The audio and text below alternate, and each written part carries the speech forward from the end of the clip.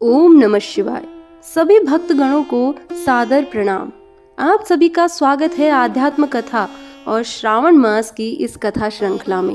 आज मैं आप लोगों के लिए लेकर आई हूँ नारद जी की कथा, तो वीडियो में अंत तक जरूर बने रहें। जब भी ब्रह्मा की सृष्टि की बात आती है तो उसमें एक ऐसा नाम बार बार गूंजता है जो न तो गृहस्थ है, न सन्यासी, न देवता, न राक्षस, फिर भी तीनों लोकों में विचरण करता है, जिसके हाथ में वीणा है, मुख से सदा नारायण नारायण की ध्वनि निकलती है और जो ईश्वर के संदेश को हर युग, हर काल, हर प्राणी तक पहुंचाता है, वह है देवराज नारद। नारद जी का जन्म हुआ ब्रह्मा जी के मानस पुत्र के रूप में। ब्रह्मा जी ने सृष्टि के संचालन हेतु जिन 10 प्रमुख पुत्रों की रचना की, उनमें से एक थे नारद। परंतु बचपन से उनका हृदय गृहस्थ धर्म से विरक्त था। जहाँ अन्य भाई संसार में रचे पचे, वहाँ नारद जी ने वैराग्य, ज्ञान और भक्ति को ही अपना मार्ग बनाया। ब्रह्मा जी ने उन्हें कई बार कहा, तुम विवाह करो, सृष्टि बढ़ाओ, परंतु नारद जी का उत्तर सदा यही होता, पिताश्री, मेरा मन केवल परमात्मा की भक्ति में रमता है।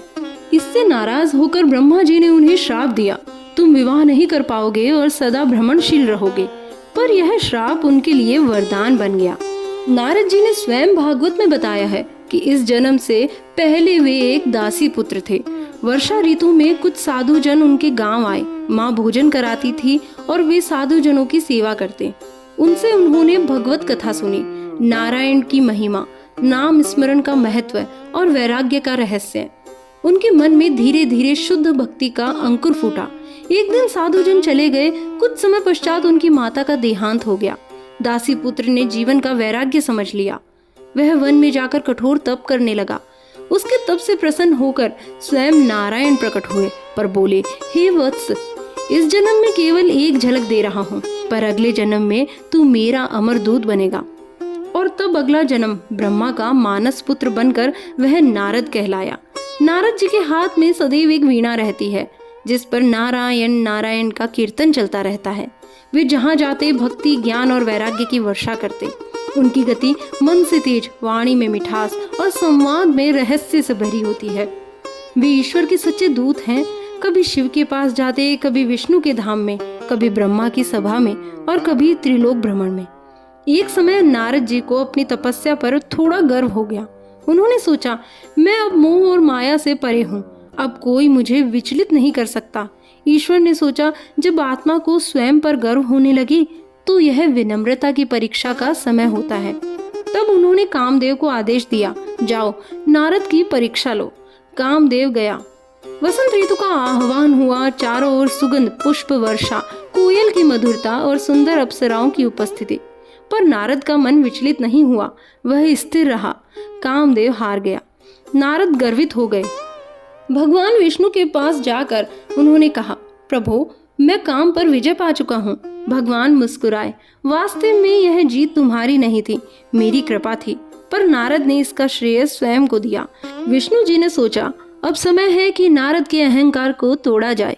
कुछ समय बाद नारद एक राजकुमारी के स्वयंवर में गए। उनके मन में आया, यदि मैं राजा बन जाऊं तो इस कन्या को भी प्राप्त कर सकूंगा। उन्होंने भगवान विष्णु से विनती की, प्रभु, मुझे सुंदर रूप दीजिए। विष्णु बोले, जो होगा तुम्हारे कल्याण हेतु ही होगा। स्वयंवर में जब नारद पहुंचे, उनका मुख बंदर जैसा कर दिया गया। राजकुमारी ने उनका उपहास किया। नारद को जब सच्चाई पता चली तो वे क्रोधित हो गए। कहा, प्रभु, आपने मुझे अपमानित कराया। तब विष्णु बोले, देवर्षि, यह अहंकार का विनाश था। अब तुम सच्चे भक्ति मार्ग पर हो। नारद को ज्ञान आया। उन्होंने फिर विष्णु को प्रणाम किया और कहा, प्रभु, अब मुझे कभी अपने तप का गर्व नहीं होगा। शिव पुराण में वर्णन आता है कि नारद जी ने कई बार भगवान शिव की महिमा त्रिलोकी में गाई। जब ब्रह्मा और विष्णु में विवाद हुआ, तब नारद ने उन्हें शिवलिंग के रहस्य की ओर मोड़ा।